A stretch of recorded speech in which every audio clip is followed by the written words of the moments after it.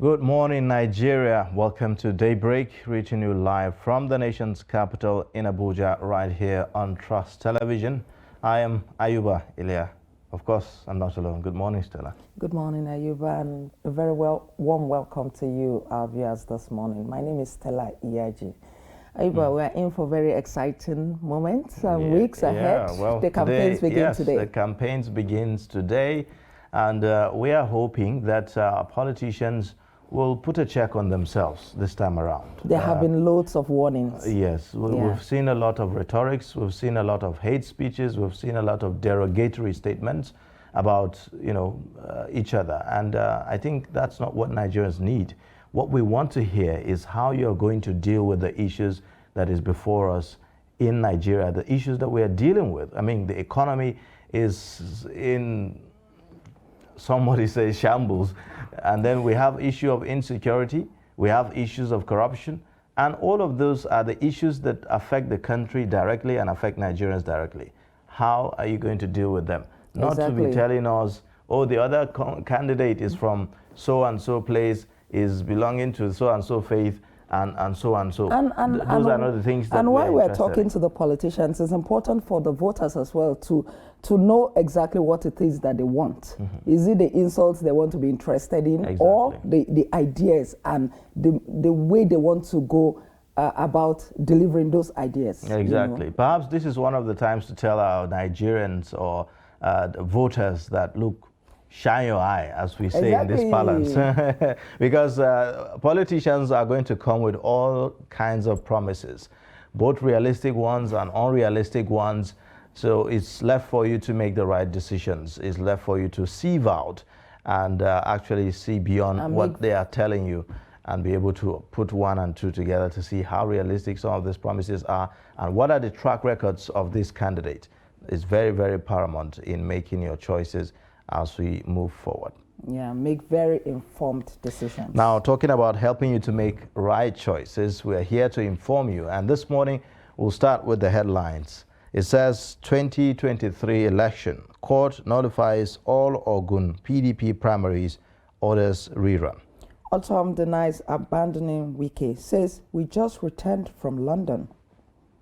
Presidency, no state authorized to buy automatic weapons. Now let's take a look at the details. A federal high court sitting in Abeokuta, Ogun State has nullified all the primaries conducted by the People's Democratic Party, PDP, ahead of next year's election. The primaries include governorship, Senate, House of Representatives, and the House of Assembly. The court therefore ordered conduct of fresh primaries for all the positions within 14 days. The court also barred the Independent National Electoral Commission, INEC, from recognizing Ladi Adebutu as the governorship candidate of the party in the state. Justice O.O. Oguntoyibo gave the order on Tuesday while delivering a judgment in a suit filed by 3 members of the party, Taiwo Olabode Idris, Kende Akala, and Alhaji Ayinde Monsuri.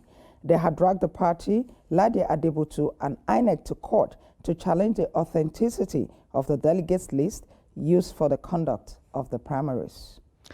All right, Governor Samuel Otom of Benue State has denied media reports that he has parted ways with his Rivers State counterpart Nyesom Wike over the crisis rocking the People's Democratic Party. While addressing newsmen in Makurdi, the state capital, shortly after a meeting with the Jemba people of Zone B Senatorial District on Tuesday, Otom said that it was necessary to clear his stand on the issue rocking his party at the national level. Governor Otom said that he just came back from London with Governor Wike this morning, that's on Tuesday, where he stated that he's friend with Wike and still stand by his decision that Ayu must go. Wike and his team are insisting on the resignation of the PDP national chairman, Dr. Iyorchia Ayu, over their perceived grievances on the outcome of the party's presidential election, which led to the emergence of Alhaji Atiku Abubakar. Now, the presidency has said there is no state that has been authorized to procure automatic weapons for their security outfits. The senior special assistant to the president of media and publicity, Malam Garba Shehu, said this in a statement issued on Tuesday. He said the president had repeatedly made it clear that nobody is allowed to illegally carry AK-47 or any other automatic weapons and that they must surrender them. The presidential spokesman said, in the specific Katsina State often cited, the governor, Aminu Bello Masari, wrote to explain that the administration invited the provost of the Civil Defense Training College in Katsina to train their vigilantes for a 5-day period in the handling and operations of pump-action rifles, emphasizing that the vigilantes were not trained to take over the responsibilities of the security agencies of the federal government of Nigeria, but to assist them. Governor Rotimi Akeredolu of Ondo State had on September 22nd criticized the federal government's opposition to the proposed use of arms by the Western Nigeria Security Network, Amotekun Corps, while allowing its equivalent in Katsina State to bear weapons. On Monday, the governor expressed his commitment to equipping Amotekun for the effective operation of the Corps in securing the lives and property of the people of the region. He said the denial of the right of Amotekun to bear arms to protect the people of the state violated the tenets of federalism. The presidency on Tuesday said under the existing regulations, only the Office of the National Security Advisor could issue such authorization upon proper clearance by the president and commander-in-chief. All right, let's take a look at the packages we have for you this morning. The Central Bank's Monetary Policy Committee has raised the benchmark interest rate by 150 basis points. The committee held its 287th meeting on Tuesday at the Apex Bank's headquarters in Abuja. The decision is in response to the latest inflation figures by the National Bureau of Statistics, which showed that the CPI had hiked from 19.64% to 20.52%. Chamong Dabeng has more on this. Had speculated yet another hike in the MPR since the NBS released its latest figures. While those speculations proved to be right, as the committee unanimously made the decision to respond to aggressive inflationary pressures with equal measures of aggression by raising the benchmark interest rates by 150 basis points. Committee's decision. Members deliberated on the impact of the widening margin between the current policy rate of 14% and the inflation rate of 20.52%. At this meeting, the option to loosen the policy rate was not considered, as this would be gravely detrimental to reining in inflation. The committee thus agreed unanimously to raise the policy rate to narrow the negative real interest rate and narrow the interest rate gap and rein in inflation. Committee thus voted unanimously to raise the MPR. In summary, the MPC voted to 1. Raise the MPR to 15.5%, retain the asymmetric corridor at plus 100 and minus 700 basis points around the MPR, increase the cash reserve requirement ratio, CRR, to a minimum of 32.5%, and 4, retain the liquidity ratio at 30%. Emefiele also disclosed that the CBN will implement aggressive cash reserve requirement CRR measures by mopping up liquidity from commercial banks by Thursday. He therefore sounded a note of warning to banks that they should fund their accounts immediately. We have increased the CRR, and we expect that this decision at this meeting must be seen to be potent and must achieve the effect that the MPC thinks it should achieve. What is the message? We expect that all the banks in Nigeria must fund their account by Thursday, 48 hours, because we will debit them for CRR. We will take their CRR to a minimum of 32.5%. So which means we are going to take liquidity out of their vaults by Thursday. If any bank fails to meet up with this expectation, the decision of the MPC is that we may need to, let me use may, we may need to preclude those banks from foreign exchange market on Friday and onwards until they meet this 32.5. This message is meant to underscore the fact that MPC says this decision, this very aggressive decision to rein in inflation must yield result. The latest move by the CBN is the third consecutive increase in the NPR, moving it from 13% to 14% and now 15.5%. Many have speculated that another hike may pose a problem to the nation. However, the NPC believes this is the best move to quell inflation in the country. Chamun Dabeng, Trust TV News, Abuja. Thank you, Chamun, for that report. Now let's go over to Kano State. As tricycles continue to take over local transportation in Kano State, the popular taxi drivers are gradually moving out of the road. In this report, our correspondent Idris Jibril examines how the few remaining taxis are coping with passengers' resistance within the metropolis.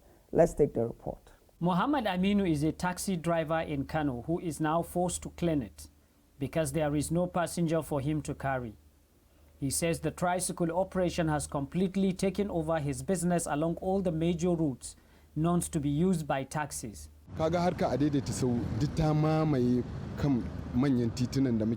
You see, tricycle has taken over all the major roads we follow. And these roads include BUK Road, Zoo Road, Zaria Road, Meduguri Road to bypass, and Rijiyar Lemu are the major roads we follow.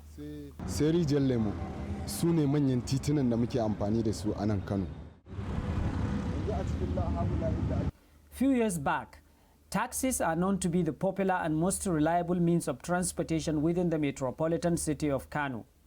But with the advent of tricycle, popularly known as Adaidaita Sahu in Kano, this means of transportation is rarely seen on major roads of the states. We are indeed the backward. Now you see, this taxi is mine, but there are no passengers. Even this cleaning you see me doing is because I have no choice. I could not go out because even if I did, there are no passengers.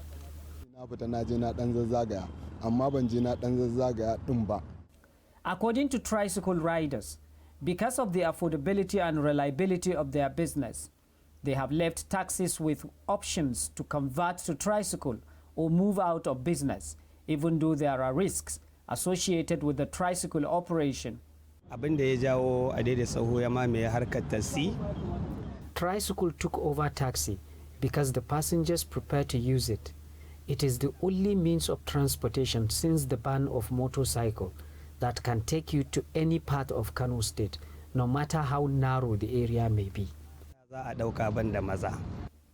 Although taxis still exist in some parts of Kano metropolis, but where it's known to be their major bus stop, are taken over by tricycle, the number of which keeps increasing virtually on daily basis. Idris Jibrin, Trust TV News, Kano. All right, thank you, Idris Jibrin. Now, the war on illicit drugs have taken a new dimension in Nigeria as National Drug Law Enforcement Agency is leaving no stone unturned.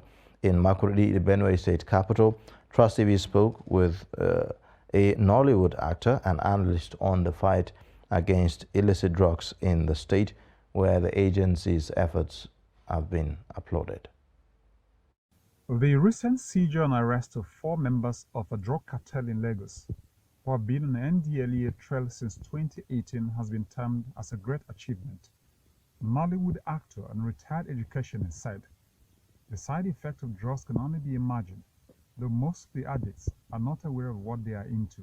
One, the side effects of the drugs, it's much more than the corruption we talk about. It is very destructive, it brings down the morals and every other ills in the society, the juvenile and the youth. As we think about it, it's all from this. And it becomes very pathetic when you meet them and, why are you doing? No, I don't even know why. But the NDLA is trying to tell them to answer such questions. Is doing excellently well. If every public official in this country would behave like Marwa, my brother, this country would become the best in Africa.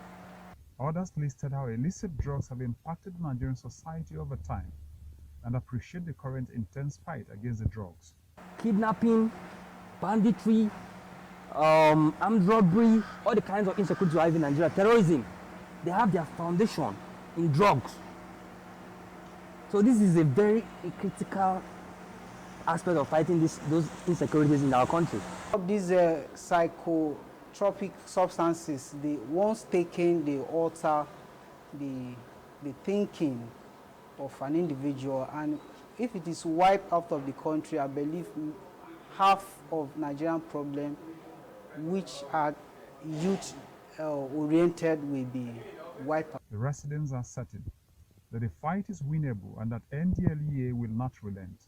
Dealing a decisive blow to the drug barons, to the drug on our streets, would ultimately reflect in our insecurity. So it's a good thing. I commend Buba Marwa. I pray for God to protect him. Under the leadership of a core disciplinarian that we know him, the retired general, it's going to be a success. It's going to be very, very successful because the institution itself, NDLA, it's a worthwhile thing for the society. Whatever they need to be supported so that they will have an effective exercise to sanitize the society is just great. The cases of drug abuse have soared over the years, but with a renewed fight by NDLEA, Makuli residents are hopeful of a drug-free society someday. All right. Now, the Armed Forces Command and Staff College Jaji has held a remembrance anniversary for the 165 victims who died in the ill-fated NAV 911 crash in 1992.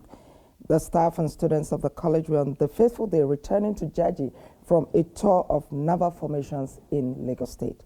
The remembrance event had in attendance top military officers and relatives of the victims. Let's take the report. The faces of these widows show how grieved their hearts are as they remember their loved ones who died in NAV 911 aircraft that crashed 3 minutes after takeoff from Murtala Mohammed International Airport, Lagos, killing 165 passengers on board on the 26th September 1992. The commandant of the college says the unfortunate accident brought an end to the lives of promising officers. The unfortunate incident brought to an abrupt end the lives of some promising officers with very bright futures in the armed forces of Nigeria and some allied nations. The armed forces of Nigeria indeed lost a generation of middle-level officers. It was in service to the nation that these noble officers and men that we remember today left the comfort of their homes and units after being posted to serve in the college, as well as being nominated to attend the senior course 15. Wreaths were laid at the cenotaph in memory of victims of the 1992 crash.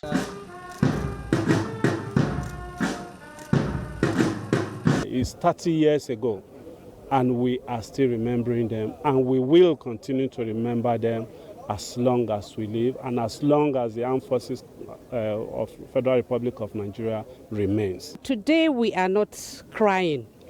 We are giving thanks to Almighty God for keeping us this strong for 30 years.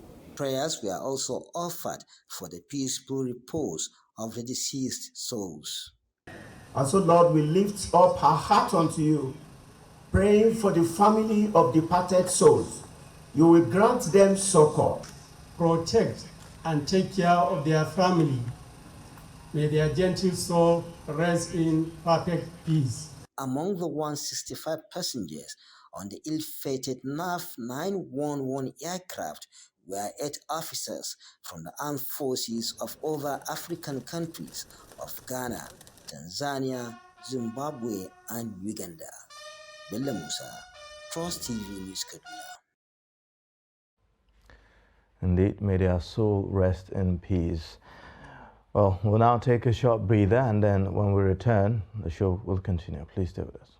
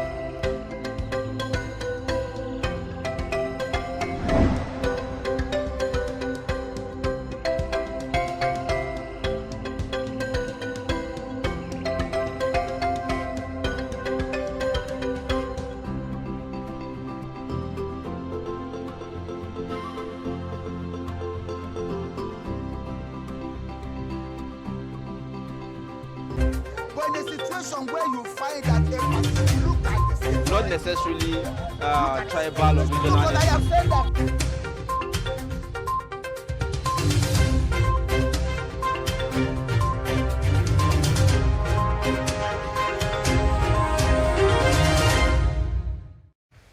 All right, thank you for staying. This is Daybreak on Trust Television, reaching you from the nation's capital. Time for us to take a look at the dailies on Daybreak, and we're starting with Daily Trust newspaper. Quite interestingly, this morning we are seeing that, yes, the papers are reflecting the fact that campaigns have begun, and that's today. Virtually in almost all the papers, there's sponsored ads there, and Daily Trust is not an exception this morning. Quite a number of stories, but we'll take a look at the lead stories, however.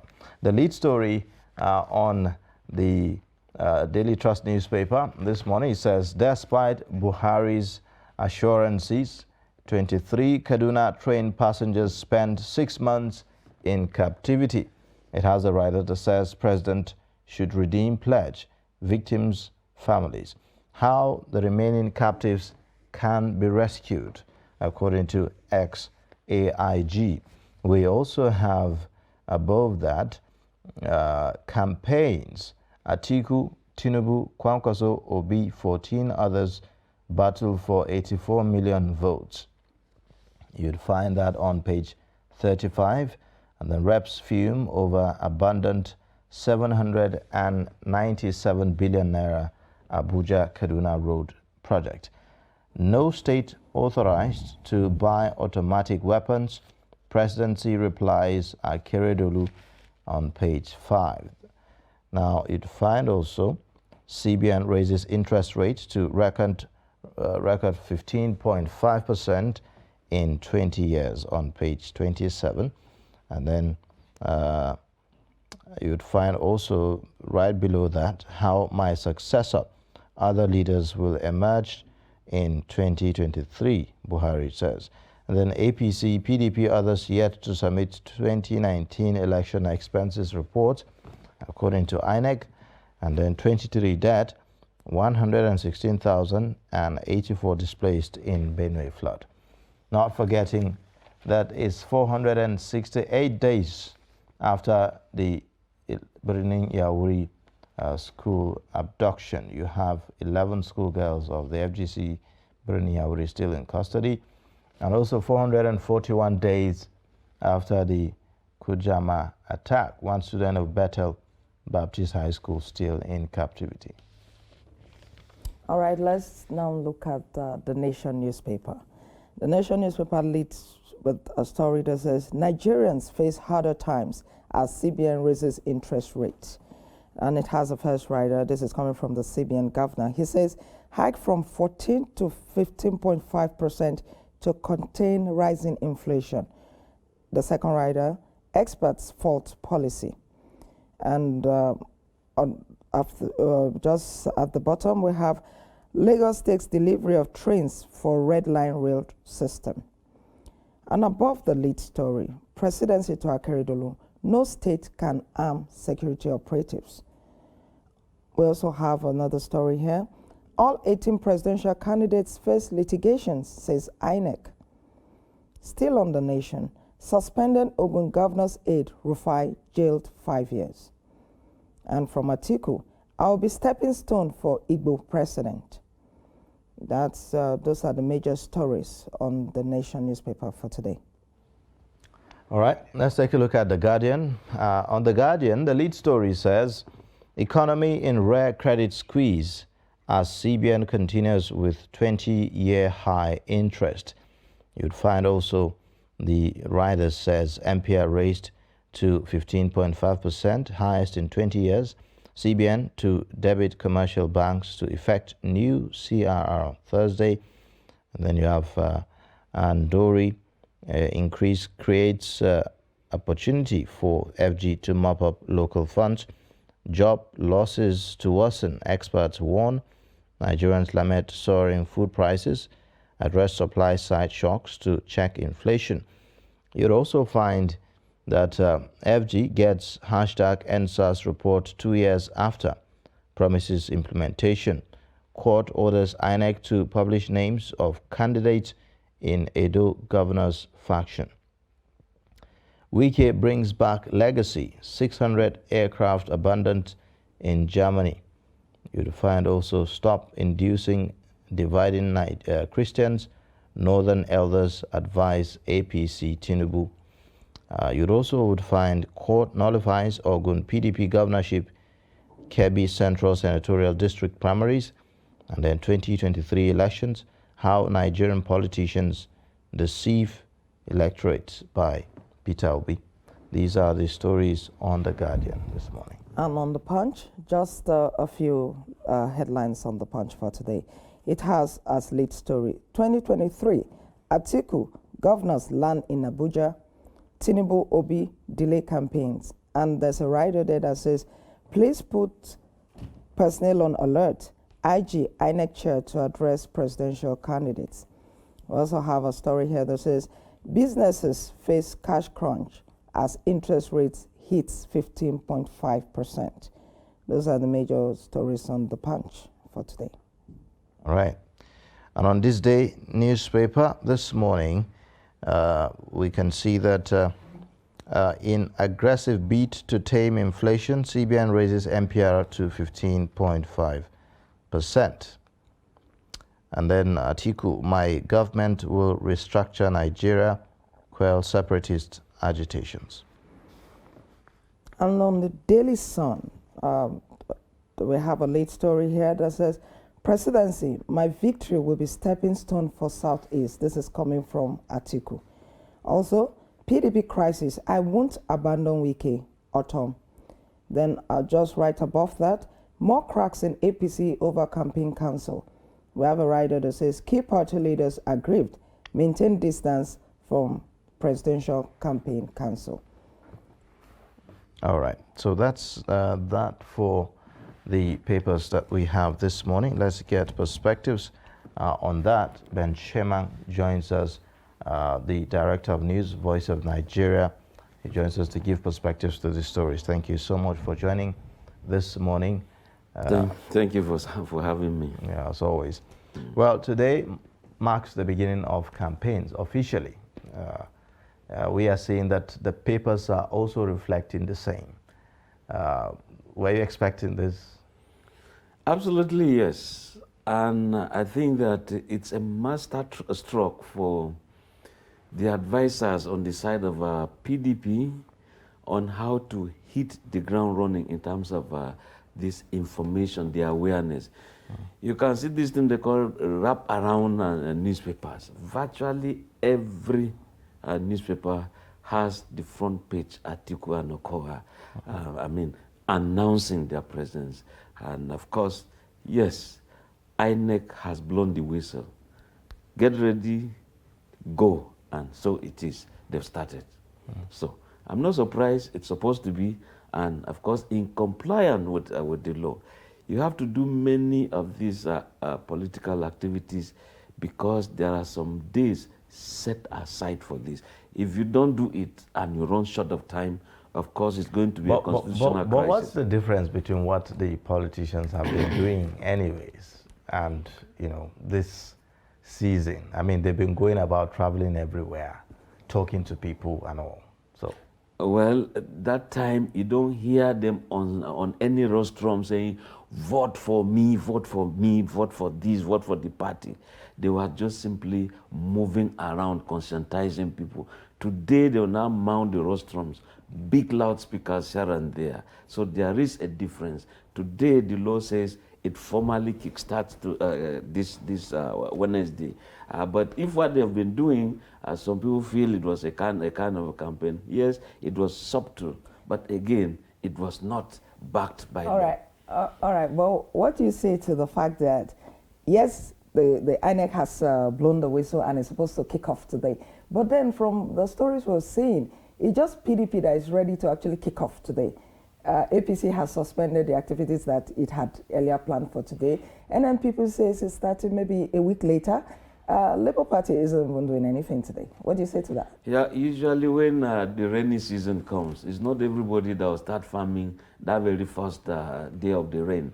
But talking politically, I mean, we've been reading the headlines. You see that some political parties still have some internal wranglings that they'll have to sort out. If you therefore feel, okay, let me go to the battlefield unprepared, it will not just be it.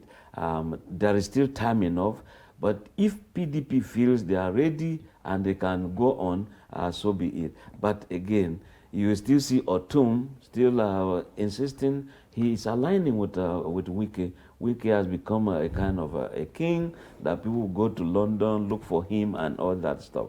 So you see that PDP at the point too, even though they are coming to say they are ready, they still have issues on ground. APC is saying, no, we are not ready.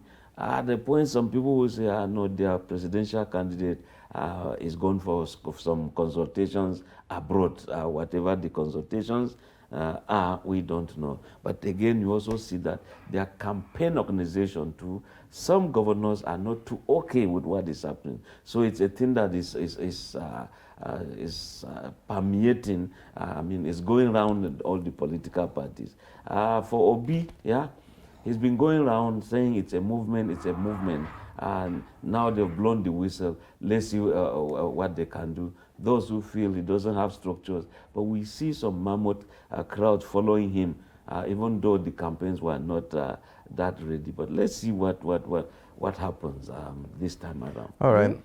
Do you think that the campaigns this time will be different, the tone of the campaigns? Do you think that we'll see a shift from what we had in the past where you see candidates attacking one another and, instead of focusing on issues?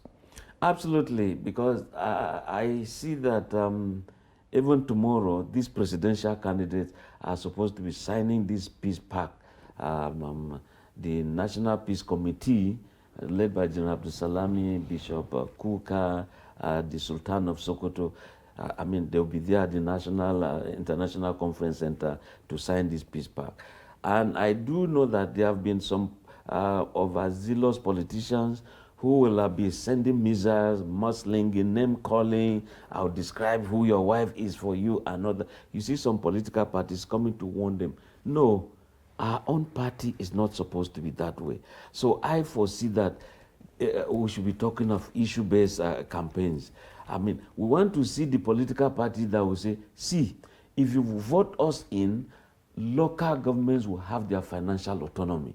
If you vote us in, look, the federal government will never snatch I mean, the parties, monies meant for state assemblies, so that we begin to know who is doing what and who is not going to do what. But when you begin to say, I'll build on the structures of so-so-so person, so-so, what about you? That person has done his own dance on stage, he's been gauged, he's been marked. And if the dance was good, okay, continue with that structure. But we want to know you, your very you, in terms of what you want to give Nigerians, not hiding under shadows. Very soon you see some very big billboards. Some local government chairmen, some lawmakers who intend to be one, some governors hiding under presidential candidates. You just see joint kind of billboards, as if that is the ticket to going to governors' offices or presidential offices or senatorial offices. Okay, so but beyond the promises, beyond what politicians are going to be saying to promise Nigerians, in the past we've heard a lot of promises. These Nigerians are not new to campaign promises. It's always, we're going to fix power, we're going to fix the roads, we're going to make sure that healthcare is accessible for everyone. We are going to make sure that quality education is accessible to ordinary Nigerians and all that. We've heard all that promises. But beyond the promises, how can Nigerians actually interrogate these promises to actually be able to sieve out and see exactly who it is that actually mean these promises, not just mounting it? Yes. You see, in elementary journalism, critical elements, who is saying what, where, when, why, and how. Issue of how. In terms of interrogating the politicians, mostly that will be the job of the journalists. They are Nigerians. And the issue of how is always been left out. You tell us you're going to build a skyscraper in the ocean. We should ask you, how? You're telling us you're going to ensure there is security, maximum security. Every government in the past, serving governments are doing same, pronouncing same. Now we are asking you, how are you going to do it differently? You're telling us you're going to ensure that every youth in Nigeria, every youth is going to be gainfully employed. The question is, how, in the misfortune of dwindling financial opportunities, how are you going to do it? You're telling us you're going to build every local government a general hospital. The question is, how are you going to do it? While those questions are being asked, do you foresee a group of voters who are listening carefully? Do you see voters also changing the trend? Voters that will say, okay, now I'm not going to care about ethnicity, I'm not going to care about religion. Because it's one thing for the politicians to come with whatever it is that they want to say, or the journalists to ask them those questions. The voters, do you think that there will be a change in the trend? Absolutely, I think there will be a change, because when some people say we're tired of this or tired of that government, tired of this governor, tired of this system, tired of the operational modalities, and when you come with your money, you could see that some guys are, look, collect this money and just vote your conscience. Don't, but some people are saying don't collect. And we've seen some people they're attacking some candidates as koshishi. And I will not bribe you, I won't give you anything, but follow me because you believe in my cause. Some people are saying, oh no, some guys don't have structures. But what is this structure? The structure is the human being. It's not the building we're seeing here and there. So yes, Stella, I foresee that some Nigerians will actually follow maybe the ways of Kenya. Here you are, a sitting president aligning with a former opposition against his vice president. But the Kenyans said, look, we've already washed our faces. Look, as we say in Nigeria, we don't shine our eyes. We've already seen the future. So if that is the case, I foresee that, yes, Nigerians will actually vote with their conscience more so. Check the Electoral Act today. Many things, the beavers will show a difference. You know, there's a very critical mass of Nigerians at the grassroots level. We always say grassroots level, meaning the subnational levels, the local government and the state levels. There's always been concentration of issues at the national level. When, for instance, it's an electioneering season, we always talk about the presidency and those who are vying for the seat of the president. We talk less about those who are seeking House of Representatives offices, House of Assembly offices, you know, and all that. How should we engage those ones at that level in a way that they can actually, you know, guarantee us that they can actually perform and they are not just coming because of some godfather or some kind of political compensation or arrangement and all that? Yeah, you see, Elia, I hope the next National Assembly, when they come on board, they tinker with the election in such a way that it is done, I mean, presidential and the executive at the state level. You do those elections one single day. You go National Assembly, State Assembly, another single day. We can do it. If you check India, when they start elections, they do in phases and it can take them a whole week or even more because of the sheer size. Now, if we begin to say presidential election first and the result is out, it usually influences gubernatorial. Now, if we say gubernatorial first, people begin to look at, this party is leading, so the president should follow that way. And I tell you, if we just do it that way, one single day for the executive, another single day for the legislature, it's going to be marvelous in my own thinking. And coming to your question, you see, those days when when PDP was in power and you were driving past Edo State, you just see where you have federal roads, you see some billboards. Sorry, this road belongs to the federal government of Nigeria. In other words, a governor is blaming the federal government for that portion of the road.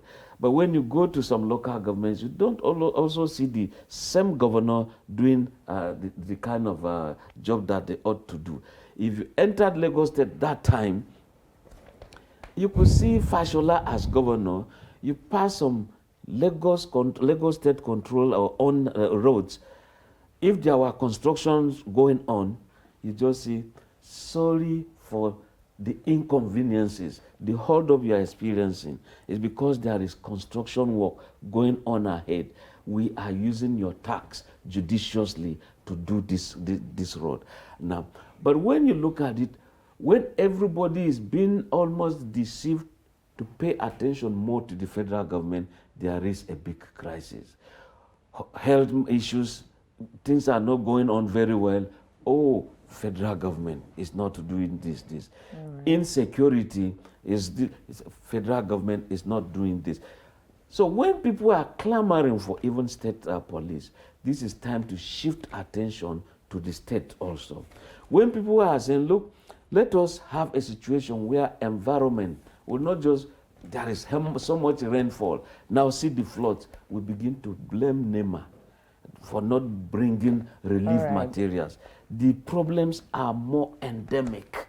They are so rooted in such a way that they have to be, tackled holistically by every arm of government, not just blaming federal government for all of them. All right, at least the campaigns have started, and I hope that Nigerians are listening and hope that they use their cards judiciously when the time comes. So I think we should take a look at the story. The lead story on the Daily Trust. It's 6 months since the incident on the Abuja-Kaduna rail track, and up till date, 23 people are still in captivity.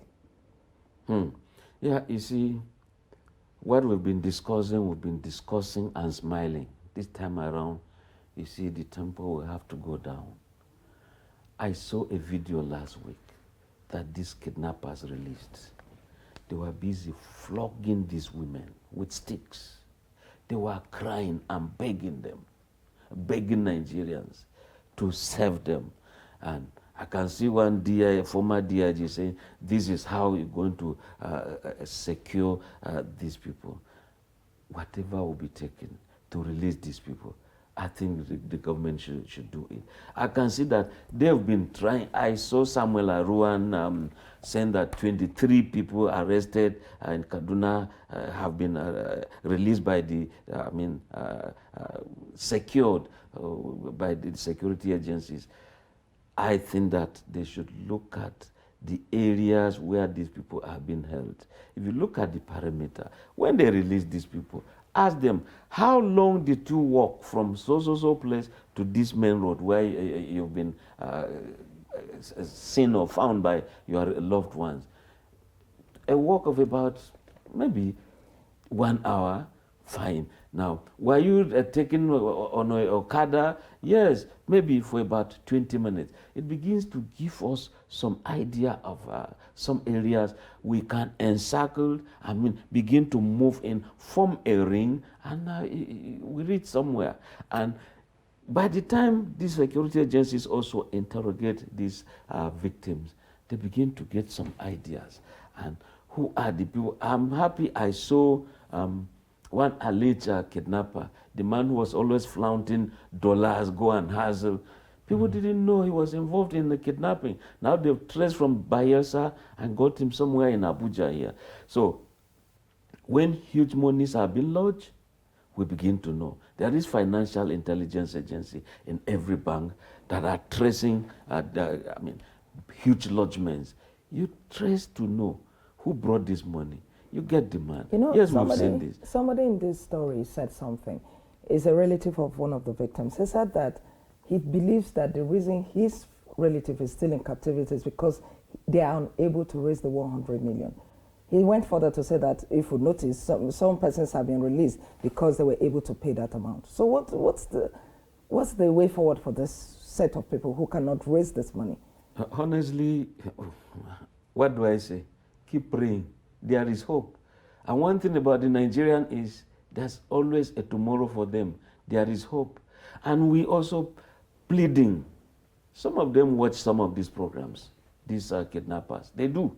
If not, tell me, their ICT world that you film, sometimes they film live, that you film and post, share, they are internet compliant, they are ICT compliant. Also, we are begging that they release do it on compassionate grounds. And when some of you, or some of them will keep citing some religious inscriptions or do's and don'ts of religions, tell me how you want to do this kind of inhumanity to your fellow human being. And when you check, there could be, Nigerians, you're either Christian or Muslim. Others are few in number. But maybe those who are really not the Muslims or Christians, maybe, I'm saying maybe they are not as criminal inclined as those of us who claim to be more of these two religions, the Abrahamite faith. I think but truly let us see the sanctity of life, hold on to it, and ensure that every human being's life matters, not just yours. After all, like we've always said here, they will say, when you get this ransom money, what do you use it for? The guy will say, we use it to buy arms. But honestly, it goes more than that. Happily, SSS, just 2 or 3 days ago, they got someone here around Zuba. They said a serving soldier man who was always taking arms illegally and hiring, giving them to kidnappers. So that was realized. They set a trap for him and he is in the net. So it behoves on the military, the security agencies, to still do quite a lot of this job.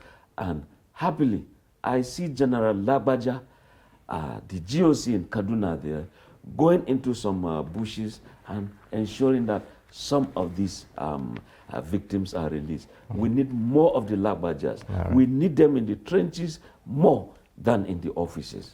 And that will be done. All right, we hope and we pray that the victims of that abduction will be released as soon as possible.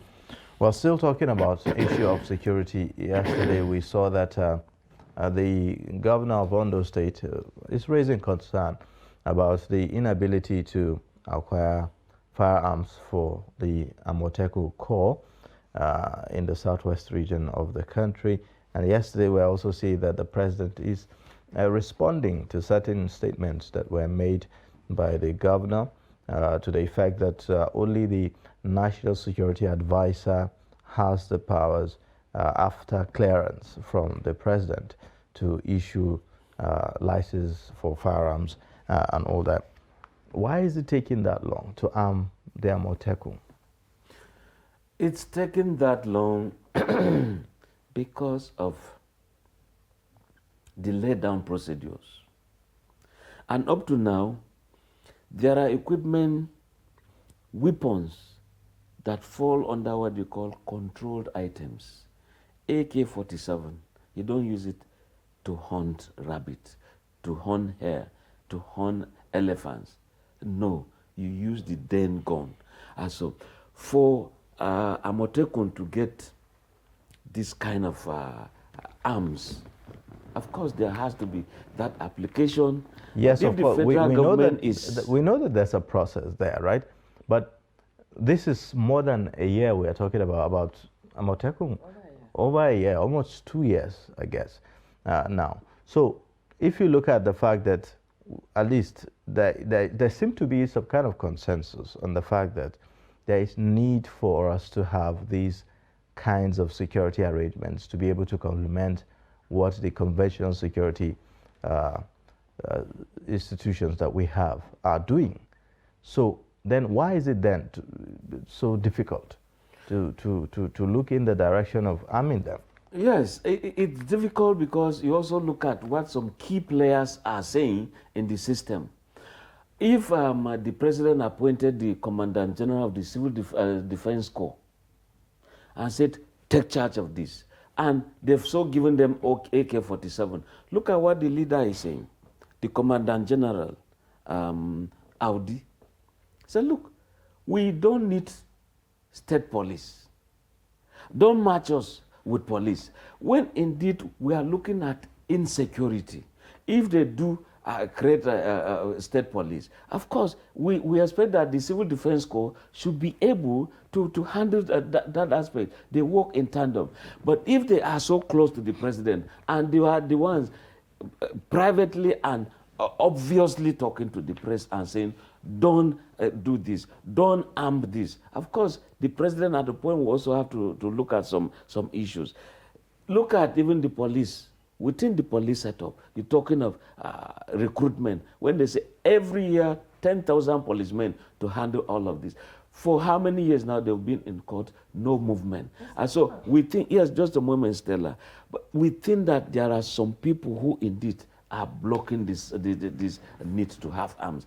And I tell you, whether you are a governor, you are even a president, by the time you leave office, you need an environment that is secured so that you live in that place. So there are some veto powers the president should have so that that is done. And what does it take?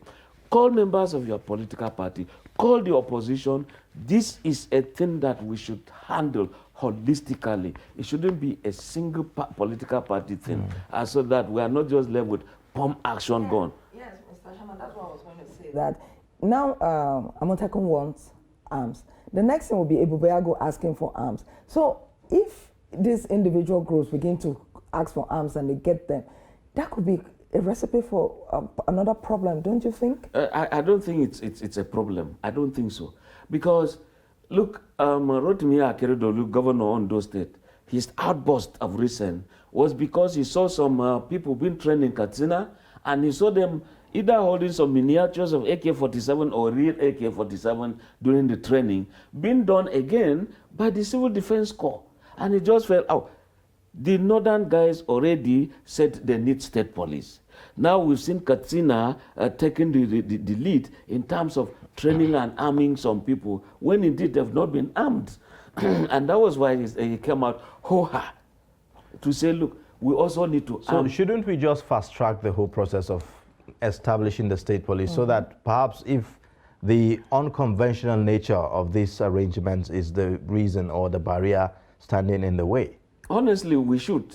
We should, because even when we have that, when civil defense, they said they wanted to start carrying arms, they started going to Kachia for training. That's where, in terms of handling guns, I mean, seeing your rifle as a friend, and you must not turn the nozzle against those you are supposed to protect. If you check today, in terms of discipline, handling the gun, civil defense is becoming very, very, I mean, they are becoming experts. Exactly, they are professionals. But when you check, police will still have to do a lot in terms of handling the gun. Okay. So we need the army to train the police, train the civil defense corps, and if need be, by the time state police are created, I mean, the army still trains them, because the army will always see the rifle as a Unfortunately, friend. because of time, I have to interject. We have to go. It's a discussion we want to continue, but we have to end it because of time. Now, this is the newspaper review section that's looking at the dailies on Daybreak. We'll take a short breather now, and then when we return on top of the hour, we'll take a look at some more issues. Thank you so much, Ben Chemang, Director of News, Voice of Nigeria, for coming. My pleasure. Thanks for having me always on a Wednesday. Yeah. But in a situation where you find that a person look like the same, not necessarily tribal or regional. because I have said that.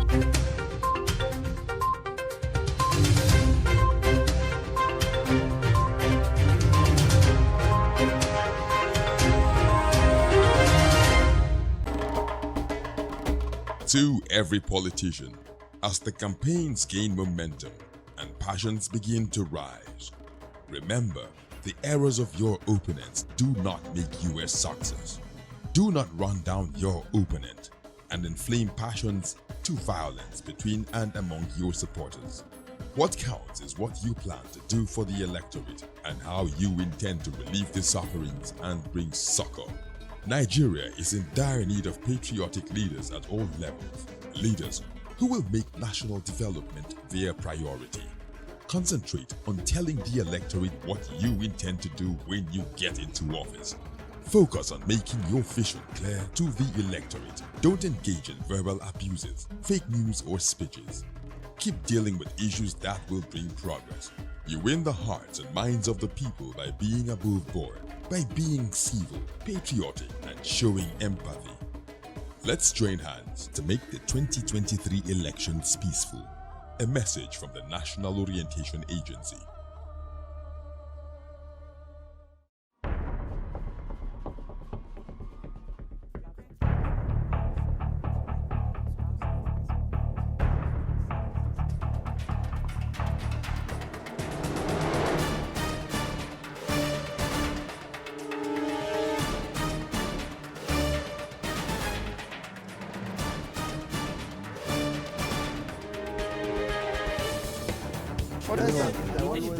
That's great. That's good to see you.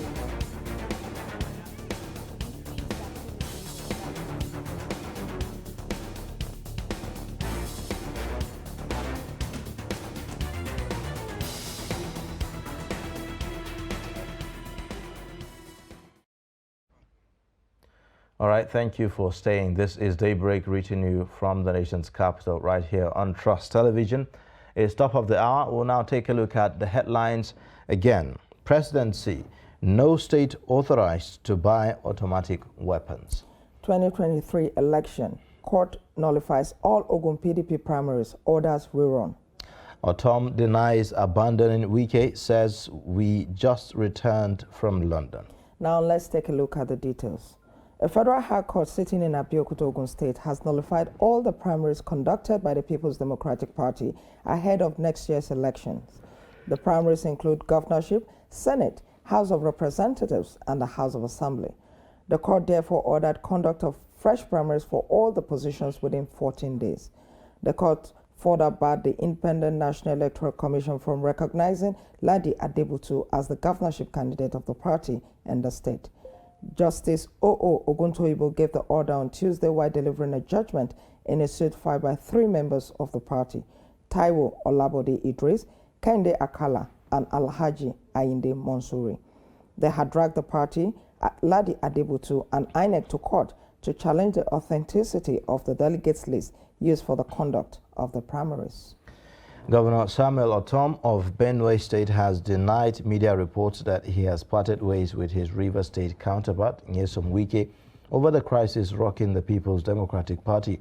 While addressing newsmen in Makuri, the state capital, shortly after a meeting with the Jengba people of Zone B Senatorial District on Tuesday, Otom said it was necessary to clear his stand on the issue rocking his party at the National Assembly, national level rather. Now, Governor Otom said that he just came back from London with Governor Wike. He stated that he is friend with Wike and still stand by his decision that Ayu must go. Wike and his team are insisting on the resignation of the PDP national chairman, Dr. Iyocha Ayu, over their perceived grievances on the outcome of the party's presidential election, which led to the emergence of Alhaji Atiku Abubakar. Now, the presidency has said there is no state that has been authorized to procure automatic weapons for their security outfits. The senior special assistant to the president of media and publicity, Malam Garba Shehu, said this in a statement issued on Tuesday. He said the president had repeatedly made it clear that no one is allowed to illegally carry AK-47 or any other automatic weapon, and that they must surrender them. The presidential spokesperson went further. In the specific Katsina state often cited, the governor, Aminu Bello Masari, wrote to explain that the administration invited the provost of the Civil Defense Training College in Katsina to train their vigilantes for a 5-day period in the handling and operations of pump-action rifles, emphasizing that the vigilantes were not trained to take over the responsibilities of the security agencies of the federal government of Nigeria, but to assist them. Governor Rotimi Akeredolu of Ondo State had on September 22nd criticized the federal government's opposition to the proposed use of arms by the Western Nigeria Security Network, Amotekun Corps, while allowing its equivalent in Katsina State to bear weapons. On Monday, the governor expressed his commitment to equipping Amotekun for the effective operation of the Corps in securing the lives and property of people of the region. He said the denial of the right of Amotekun to bear arms to protect the people of the state violated the tenets of federalism. The presidency on Tuesday said under the existing regulations, only the Office of the National Security Advisor could issue such authorization upon proper clearance by the president and commander-in-chief. All right, so let's take a look at the packages we have for you this morning. Again, strikes will continue to take over local transportation in Kano State. The popular taxi drivers are gradually moving out of the route. In this report, transport correspondent Idris Jibrin examines how the few remaining taxi are coping with passenger resistance within the metropolis. Here's Muhammad Aminu is a taxi driver in Kano who is now forced to clean it because there is no passenger for him to carry. He says the tricycle operation has completely taken over his business along all the major routes known to be used by taxis.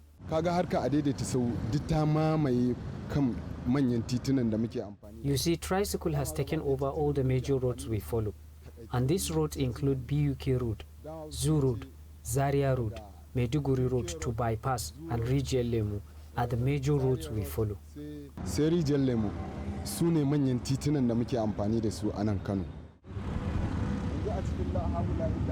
Few years back, taxis are known to be the popular and most reliable means of transportation within the metropolitan city of Kano. But with the advent of tricycle, popularly known as Adaidaita Sahu in Kano, this means of transportation is rarely seen on major routes of the states.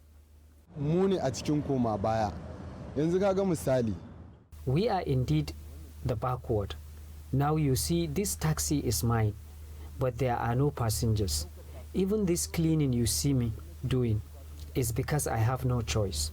I could not go out because even if I did, there are no passengers.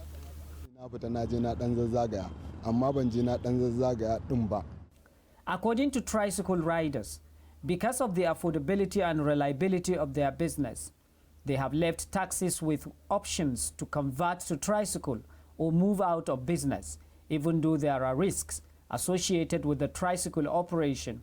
Abin da ya jawo a daidai sahu ya mamaye harkar taxi. Tricycle took over taxi because the passengers prefer to use it. It is the only means of transportation since the ban of motorcycle that can take you to any part of Kano State, no matter how narrow the area may be. Although taxis still exist in some parts of Kano metropolis, but where it's known to be their major bus stop, are taken over by tricycle, the number of which keeps increasing virtually on daily basis. Idris Jibrin, Trust TV News, Kano. Thank you, Idris Jibrin, for that report. With that, we'll go for a short break now. When we return, we're going to our discussions of the day. Please stay with us.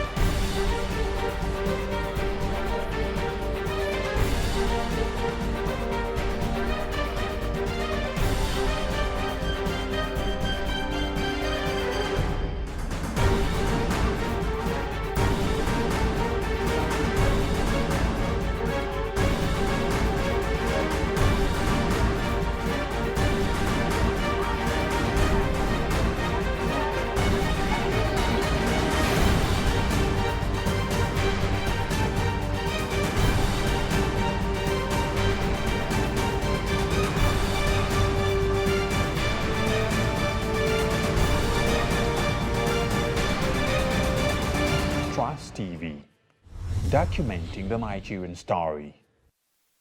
Welcome back. And if you're just joining us, this is Daybreak on Trust Television. Now going to our first discussion of the day. As many as 23 of the victims of the AK-9 train attack are still in captivity. They are still being held 6 months today after their abduction. More than 60 passengers were abducted when terrorists attacked the train conveying them from Abuja to Kaduna. Most of the freed passengers paid 100 million as ransom and above, allegedly facilitated by Kaduna-based publisher Tukur Mamu, who is currently in DSS custody. We have a security expert and a retired AIG, Wilson Inaligu, to talk to us about this. Mr. Wilson, you're welcome to the show. Yeah, it's a pleasure for me to be here. Good morning. Thank you. You're welcome. Thank you. All right. Well, I mean, this is 6 months. That's too long, for anyone to be in the custody of an abductor. It means that their freedom is taken away from them. We've seen videos of how they are being treated in some of those places, not to even talk about the condition of where they are. We understand that it's a bush, of course, and so in this raining season, you can only imagine the kind of harsh weather condition that they will be exposed to. So as far as rescuing the remaining 23 of these abductees, have we run out of options? Have we exhausted all our options, or what? Oh, certainly not. What I wanted to understand about kidnap, abduction, being a hostage, is a delicate situation that you don't just aggressively approach it. Time is of essence. And my heart actually go out to those in captivity and their loved ones. But I think of late, there have been some measure of success.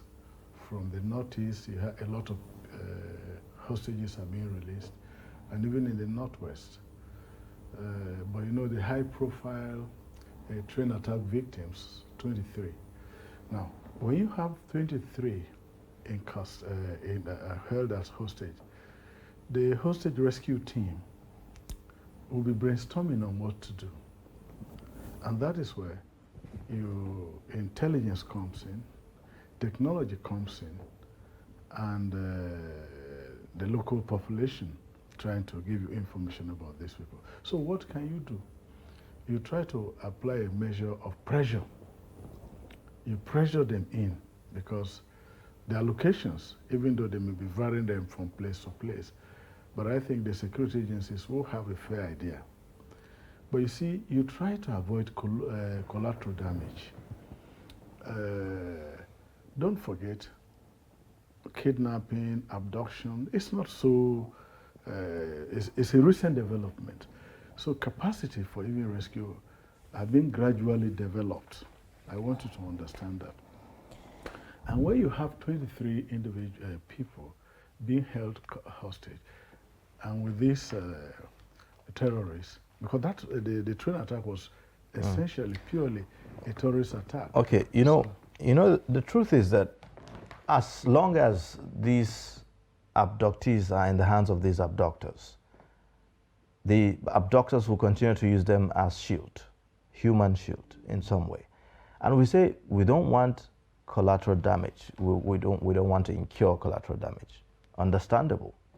So are we now negotiating if we are not going to use force? From what you see, you observe that for those that were released, certainly the negotiations were taking place. They paid ransom, many of them. Yeah, but they are also product of negotiation that led to the alleged ransom payment. I hope you understand. The point I'm trying to make is this. Once you have people, don't forget, even the Thunderbolt operation in Entebbe, conducted by the Israelis, it took time to plan. And that is why, once people are held as captives, and when you are approaching it, it's not like you aggressively, because you try to avoid. Now, the security agencies obviously are developing capacity. Capacity for negotiation, capacity to violently rescue, capacity to mount pressure, and technical capacity. You see where they are, and you see how can you push them, and then they panic and release. Mr. And that is what happens in some of those releases. Just before Michael comes in, we often say that we are developing capacity. It suggests that we are kind of surprised by the recent developments as far as security in Nigeria is concerned. It seems to suggest that we are unprepared for the kinds of security threats that we are dealing with right now. All along, we've been laid back, perhaps because we are not having those kind of threats back then. We were comfortable with where we were, and we were not working, to develop our systems to make sure that we are ahead of, the way criminality is evolving as well. Yeah, each kidnap presents its own challenges that are peculiar to a particular abduction or kidnap. And that is why time you use to brainstorm, synergize with other intelligence and security agencies. That is what you do. The capacity is not what you can keep on the bookshelf and you just come. You look at the current situation. They are in the forest, like you said. They were taken from the train. What is the capacity? Now, but what has changed about kidnapping anyways? What has changed about kidnapping? What has changed about strategies of kidnapping? From time immemorial, when one is kidnapped, he is kidnapped. He is going to be held hostage in some unknown location. Yeah, that's true. Or whatever.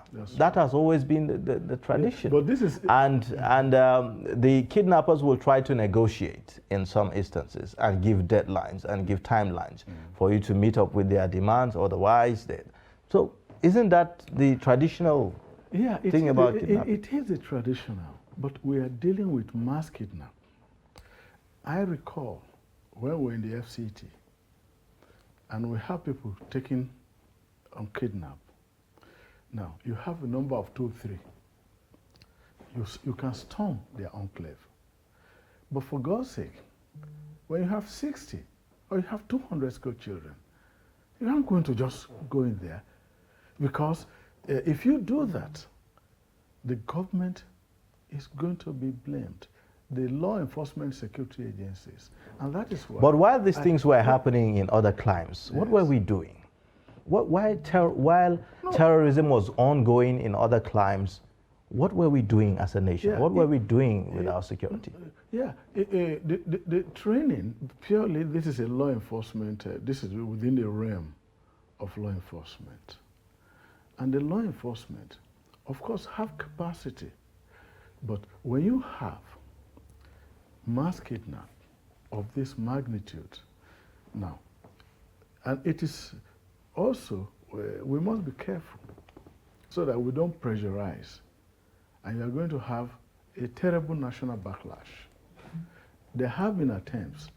A lot have been rescued. I read in the papers. Mr. Nalego, a lot of persons have been rescued, but most of those people that were rescued said they paid money. Now, relatives of those in captivity are saying that their relatives are still there because they cannot raise 100 million. That's what they're saying. Yeah, what I'm saying is, don't forget, the Chibok girls were kidnapped several years ago. Even up till now, they are still being rescued. Yes, it is 6 months. But that 6 months gives you the opportunity to understand the mentality of these people holding these hostages. And with the intelligence from the local community, with the intelligence that is shared among security agencies, you are now able to craft an attack strategy. And I'm telling you this, a lot have been kidnapped without ransom paid. Of course, some pay ransom, even against security advice. And we can understand that when your loved one is held, the whole community is prepared to contribute one kobo to rescue. But the security said, don't pay, because as the more ransom you pay, the more money. Okay, but there are fears that these people may continue to remain there. For instance, if you look at the front page of the Daily Trust today, you see 11 schoolgirls of FGC, 468 days and counting. One student of Bethel Baptist, 441 days. What is the guarantee that these people, we don't just keep counting the days? Not to forget the Chibok girls. Not to forget the Chibok girls. No, they aren't going there. If they have forgotten the Chibok girls, all the ones that have been rescued, they won't be rescued. What I am saying is this. They have spent 6 months. This 6 months gives you an idea of the way they are moving around, moving the hostages about. But you develop the intelligence that you have, and then the capacity of the hostage rescue team, the HRT, that you have, is able to storm. But where you have these ones gives them that visibility that they have, and they are ready to do anything. Therefore, when you approach them, you've got to properly study using technology. How long do you use to study? It can take 1 day, 1 week, 1 month. But we are very emotional people. By the time the government, the president gave directive, but the security agencies will give the assessment. What you respond to, it depends on your assessment. Even the Americans, when the Iranian hostage crisis, they failed. The Israelis went to Entebbe, they were successful. It's a 50-50 thing. You are trained, boom. But if you have like 2, 3, 4, 5, you look at the capacity of the hostage takers, you look at them. Mr. Wilson, so what exactly do we need to be able to do this? Yes, you talk about intelligence and all that. Aside intelligence, we've had stories about how sometimes with intelligence, no action, nothing was done. We've had the stories about the Kuje jailbreak, for instance, where intelligence were provided about the impending attack, and yet the attackers came, did what they did, and left. So beyond having intelligence, what do we do with intelligence? A lot is being done with intelligence. And now, when you one of the reasons we went for the NIN was to ensure that when to tackle crime, so that bandits or kidnappers, when they make these phone calls, you're able to trace them and all of that. But we don't see that happening. You see, national security, just like the name, involves everybody.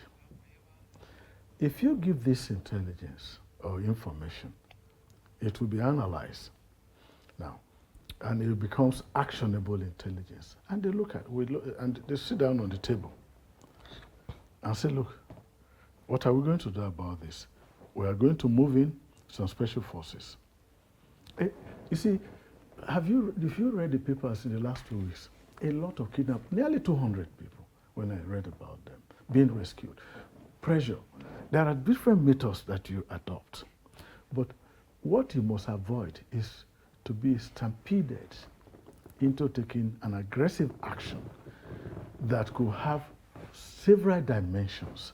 And I don't want us to believe nothing is being done. A lot is being done. And once it is ripe, based on, you know, when you are talking of kidnap, like I stated here in this studio, it is an intelligence-led thing. It is a law enforcement thing. And when you are going there to rescue these individuals, you assess your chances. A lot have been released several years ago. Even when I was Assistant Commissioner of Police Operations in the FCT, I know a British guy who was kidnapped, who went to a Buhari bush. We rescued him successfully. And many are being rescued. All right, Mr. Wilson, we acknowledge that a lot is being done. And yes, we commend our security forces for what they are doing. But it just seems that sometimes... They should step up. Exactly. Sometimes, exactly. When you have people in custody for 6 months, you know, it gives a very grim picture, you know, and all that. And so all we want is for them to be released as soon as possible. But with that being said, thank you so much for coming and sharing your perspectives with us on Daybreak this morning. Thank you. Thank you. All right, that's our guest, retired AIG Wilson Inalegu. He is a security expert talking to us about the Kaduna train abductees who are still in custody. We'll take a short breather now, and then when we return, we'll take a look at other issues on the programs. Please stay with us.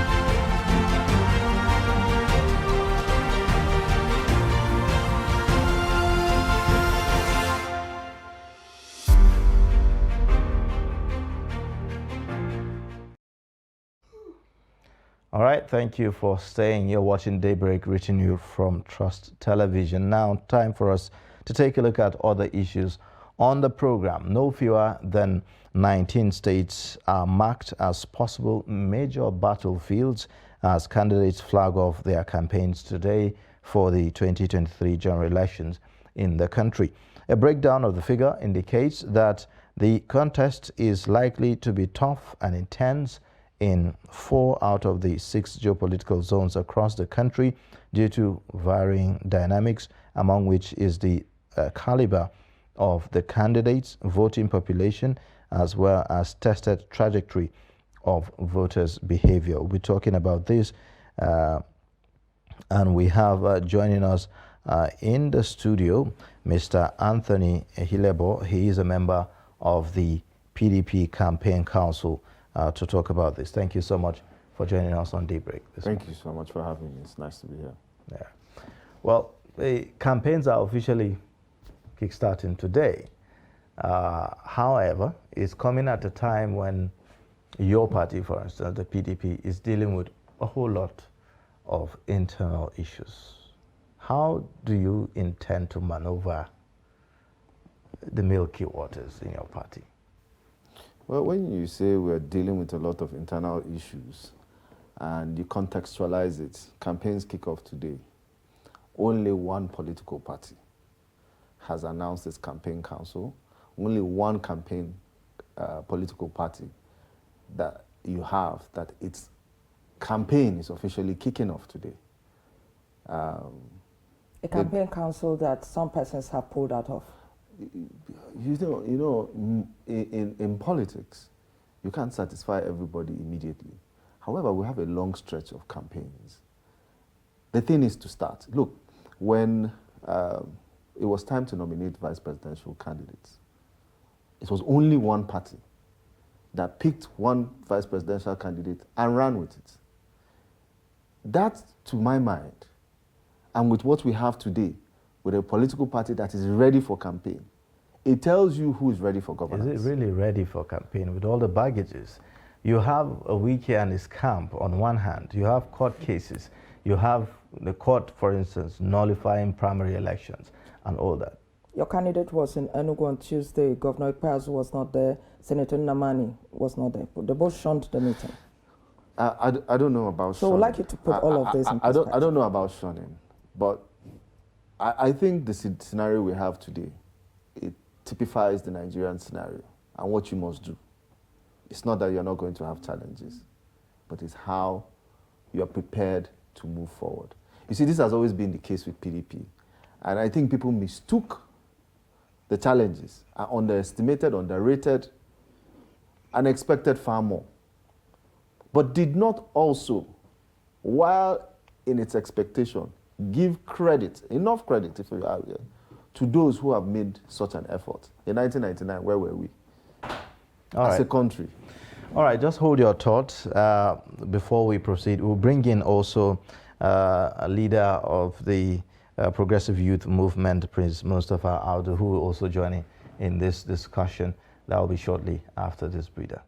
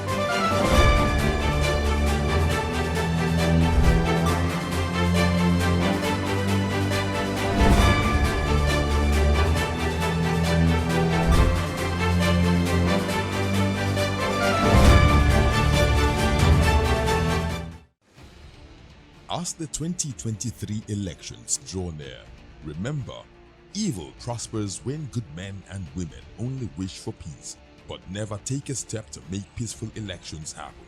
Are you a father? Are you a mother? What are you saying to your children as elections approach? Have you warned them not to let themselves be used to cause violence? Have you explained to them what the consequences of electoral violence might be? Do your part to make peaceful elections happen. Talk to your children.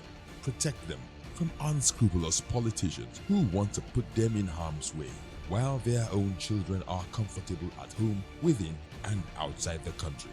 Let's join hands to make 2023 elections peaceful. This message is from the National Orientation Agency, NOAA.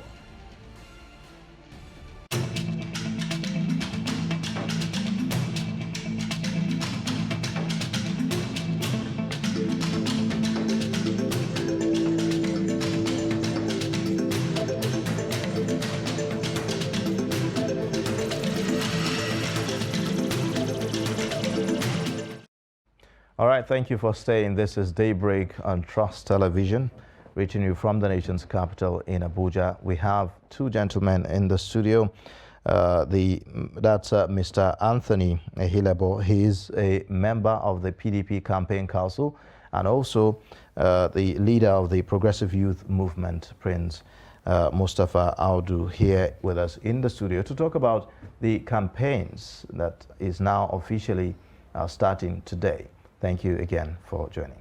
Thank you. Glad to be here. All right. So yeah, just before you came in, we are talking about internal wranglings within the two major political parties, even as campaigns begin and all of that. And for onlookers, one will be concerned about the implication that could have even on your campaigning. So, first of all. Good to be here this morning. Good morning to both of you and to Nigerians.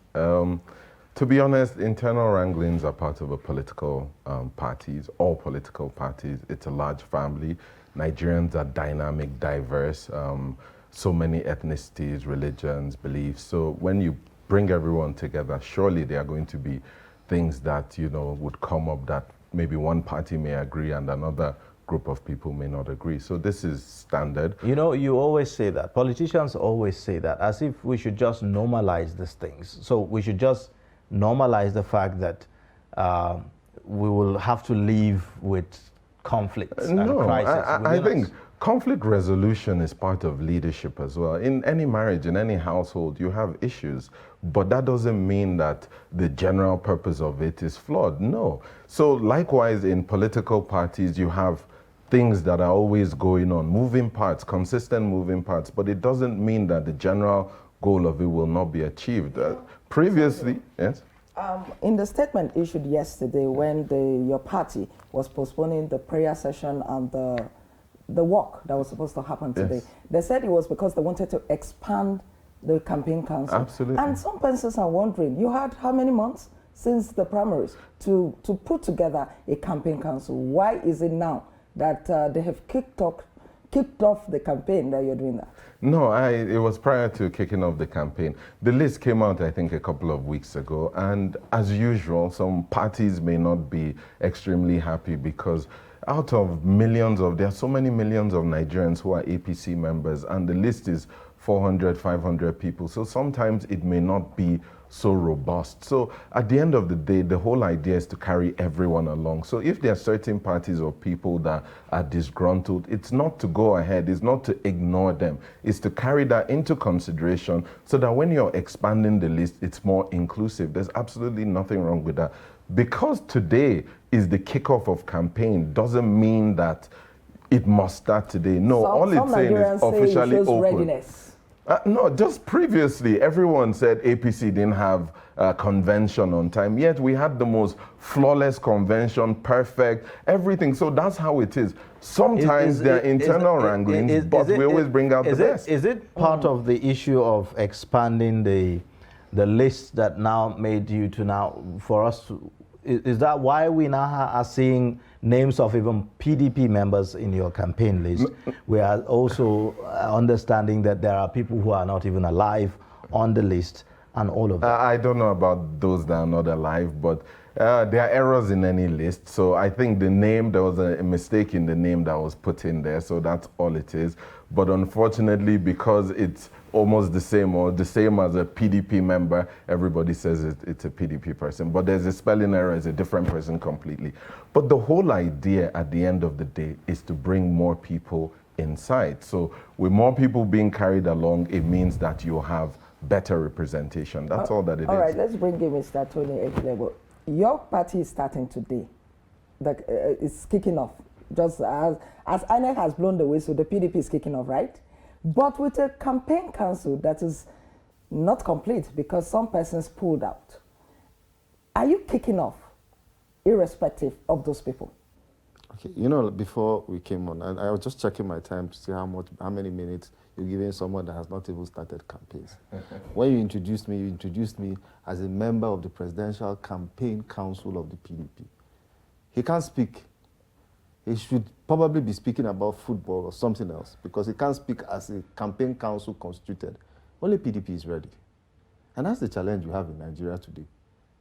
That you must understand that there are things that we want to weigh you down. There are things that we want setbacks. There's a lot of challenges. I was trying to explain before the ordinary man booked him because it's not a campaign. They don't have a campaign. They've postponed indefinitely. When they are ready, they will tell us. And that's the challenge in Nigeria. They were never ready for governance. We've given them, okay, Jonathan, step down. Take the reign. Let's see what you can do. 7 years down the line, where are we? They were unprepared. They were unprepared for their. They were unprepared. Former President Goodluck Jonathan lost in an election. Wasn't that you told him to step down? But you know, he was a Democrat. He allowed for free and fair elections. Have you seen that recently? Let me tell you something. You see, this is very typical, and there's a history of it. There's a history. Look, they could not convene their presidential primaries as at the time they gave. They did not give their vice presidential candidate. They used placeholders. And now they can't start their campaign. I mean, what else do Nigerians need to know about it? PDP, yes, we have challenges. It's typical. It's a Nigerian situation. Nigeria has challenges. But it tells you the people that are ready, that have been ready, were always primed as a political party to take Nigeria from where it was. Look, they've taken us back. We have a lot of work to do to even go back to at least 2015. Let's reset the country back to, let's forget about them. Let's wipe them from our memory and take us back to 2014 when rice, a bag of rice, was 8,000 naira. Dollar was 190 naira. Today is 720. So I'm sure every Nigerian, everybody, including you, and those, even including my brother here, wants Nigeria to go back to 2014 when he could buy dollar at 190 naira. When he could travel from Abuja to Kaduna, at least, at the very minimum, he could drive his car. You know, then, and I'm sure as young men in Abuja, he knows what I'm telling him. We used to enjoy just even the freeway driving. You just get on your car just for the experience. Nothing. Fuel was cheap. Fuel that time was what? And look at the price of fuel today. Or petrol. Well, he thinks that your party is not ready. I don't know how you want to respond to this. I think this is a huge diversionary tactics, as usual. You're talking about a global economic trend. There has been COVID-19, there has been an economic meltdown. Everywhere you go, these are general trends that are affecting everyone. And yes, there are challenges. Yes, nobody is here to deny that there are not challenges, but everything that we've done and they've done, we've gone ahead of them and we've done very well. They went ahead and did their primaries very well, but look at that. They did it before us, right? And today it's huge, a very huge rancor in their party. If you look at it, they went and did their convention. Wait, you went ahead and did your convention first, right? Now the governors, part of the governors in his party are saying that chairman must step down. So you can see that it's not the first to start, it's the one who does it the best. Everything they've done and we've done, we've far outstripped them. You can see that our presidential primaries was far better, free and fair. No single Nigerian that watched it or participated in it complained or said there was an issue of rigging or fraud, which is the PDP way. So you can see that all these things that we've done and they've done, we far outstripped them. So going forward, please 1 second. So going forward, yes, they may kick off their presidential campaign today, but you see, they are not carrying along half of their party who is now factionalized.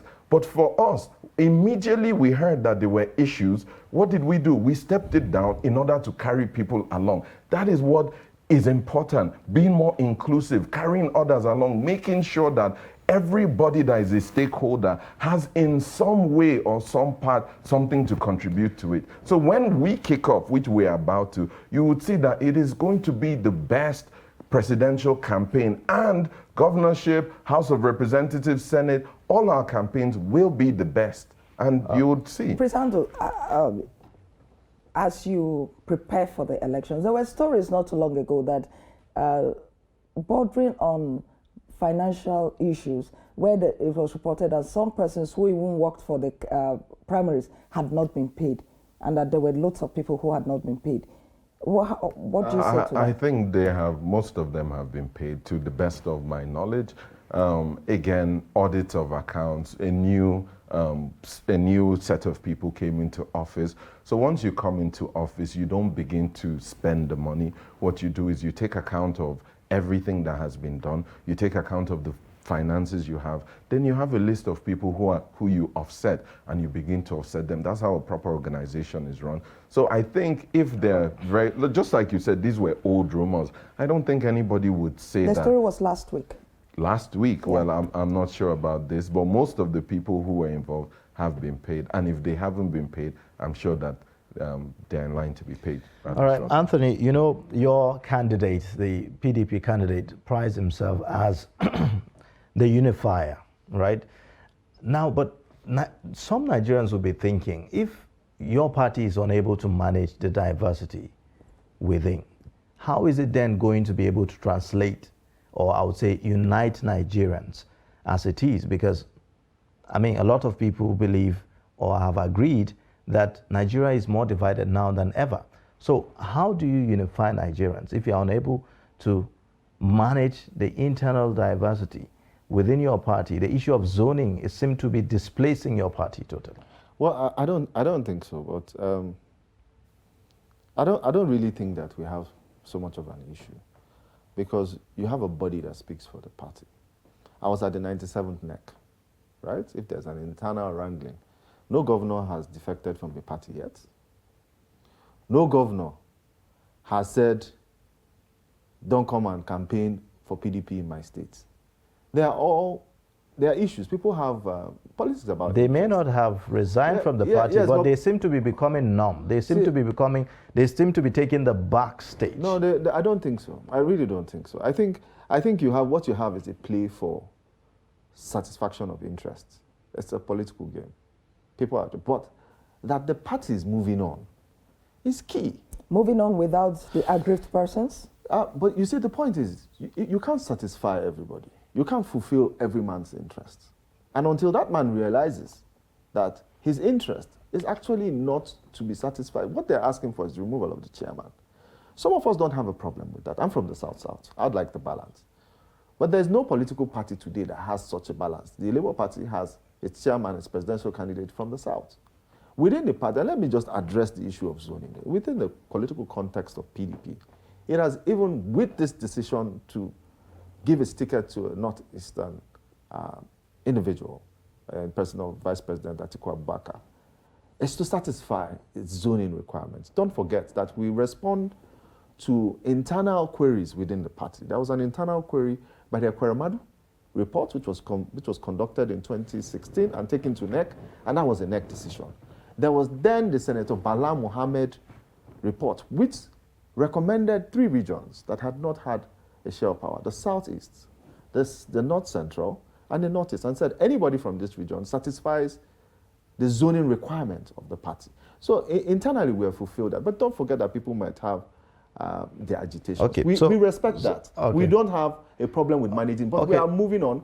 We are the only party that has released a working manifesto that this is what we want to deliver to Nigeria.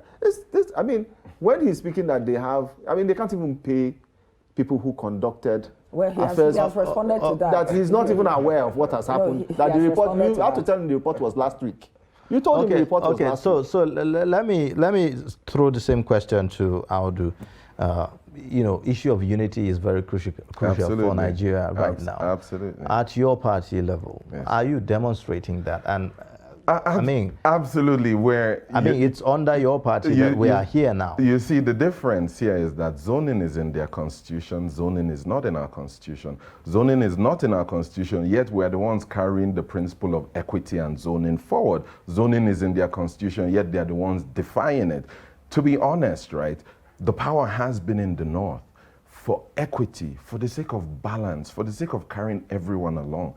Power should move to the south. It's always been like that. It's a north-south dichotomy. It's not, yes, there are 6 regions, but whenever it's in your region, between those 3 regions, you can negotiate. But the same faith ticket is something that have now made a lot of Nigerians to look at your party in a certain way.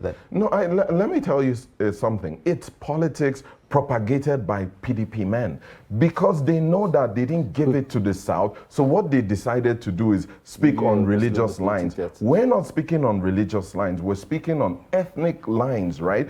From the north to the south. When the presidential primaries was done and our presidential candidate emerged, right? It has gone to the south. Now, we're talking after that, it's up to that presidential candidate to pick who he feels, 1, he can work with the best, because that is what matters, teamwork.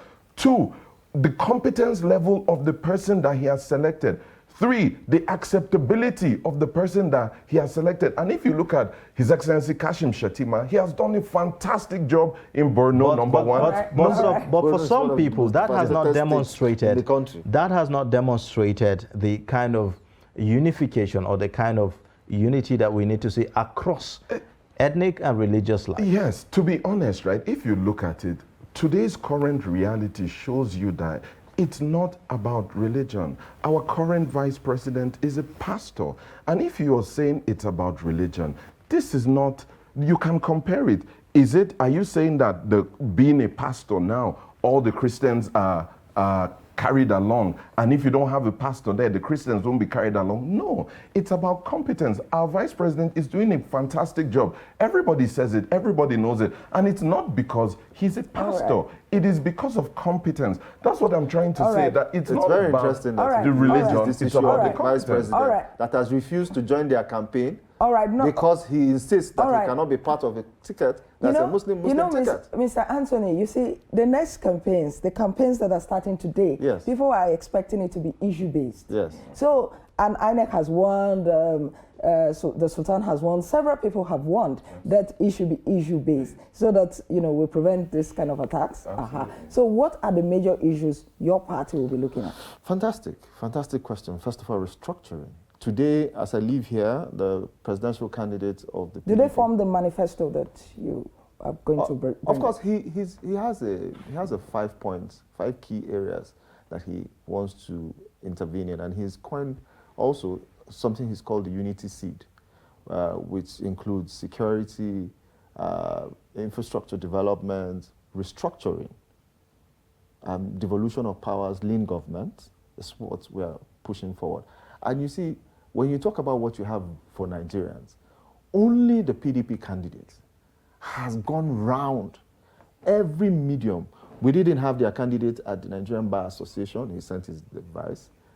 Recently, almost candidates. I think just what we are trying to say is, I'm trying to give you underpin where policy statements matter.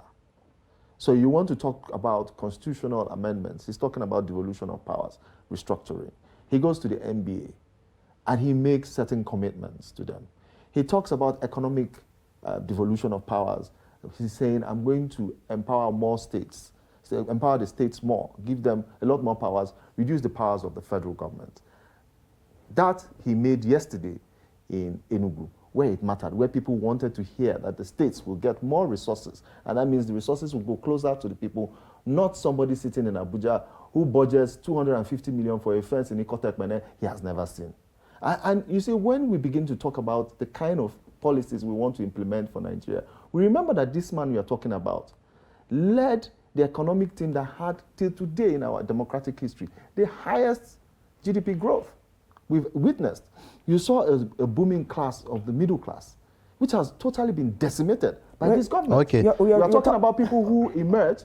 We are talking about young millionaires who You're emerged. talking about the past. We're talking about what's okay. We're talking about experience. Okay, so now we're bringing experience to board. We've done it before. We're not coming to learn on the job. Right, so that's why they keep flooding. They can't start a campaign. They can't even pick a vice presidential candidate. The truth is, Anthony, the Nigeria of then is not the same Nigeria of 2022. We are faced with emerging challenges and new realities every day. And that goes to even the issue of... I disagree with you. That also goes to the issue of insecurity. So now, you talk about reviving the economy. For you to be able to revive the economy, you need security. You need to guarantee the safety of lives and property. For instance, we have farmers today who are unable to go to their farms, and we are suffering from what? Food insecurity in the country. For you to be able to guarantee production and see that you have a stable economy, you need security. What would your candidate do differently to ensure that farmers are guaranteed safety, that they can go back to their farms, to ensure that people feel safe to travel in the short term, not, you know... Okay, like I said, I disagree with you that Nigeria of yesterday is not Nigeria. History is repetitive. The elections we're having today, go and look at the results of 1979. The dynamics have changed, Mr. Anthony. The dynamics may alter very...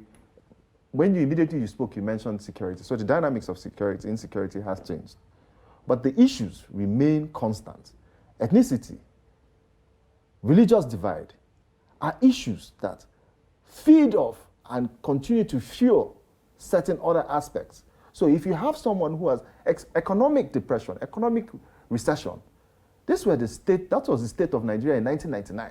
What did he do to change it? So you can't reinvent the wheel. What you do is optimize the wheel.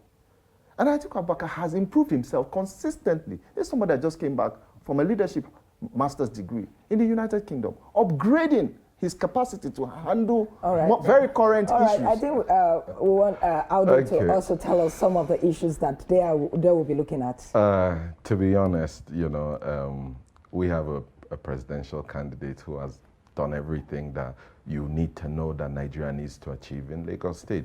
Any leader that is presenting himself now, his CV should be his past experience, what he's done with the leadership position. If you look at Lagos State is the most prosperous state in Nigeria by far.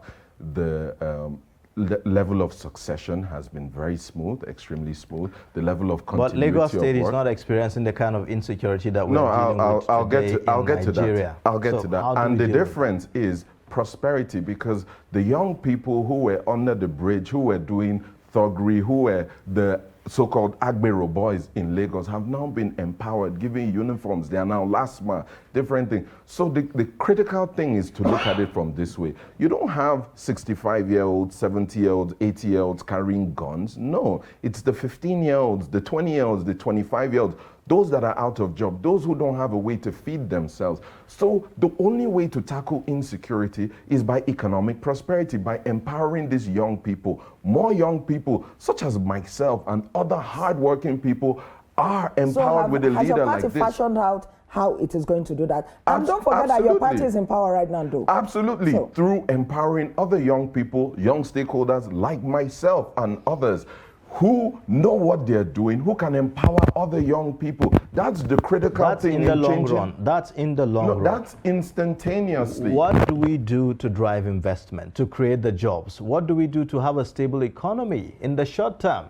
Because whether we like it or not, insecurity has battered our economy as it is right now. That's what I'm saying, right? What is insecurity? Insecurity is the lack of safety. Now, what causes this lack of safety, or who propagates it? Young people who are armed, who don't feel like there's a way out of their situation.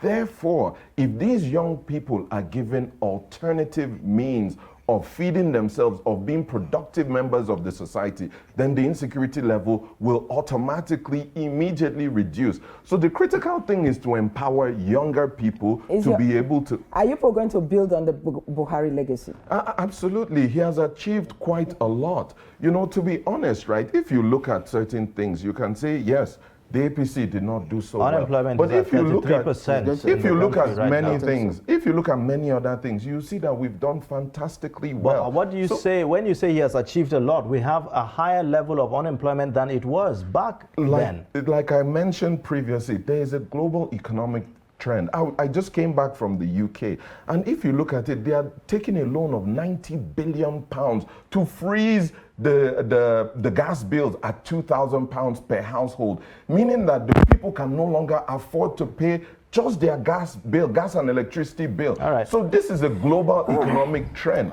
So because of COVID-19, because of lockdown, because of so many things, thank you, Mustafa. young people have been. Thank you. We have to interject because of time. All right. And unfortunately, we can't give you any time for concluding thoughts. But thank you so much for coming anyways. Thank you. That's our show for today. Thank you for watching. See you tomorrow. Bye for now. My name is Ayuba. Thank you for joining us today. Join us same time, same station tomorrow. My name is Stella Yaji. For now, do have a pleasant day.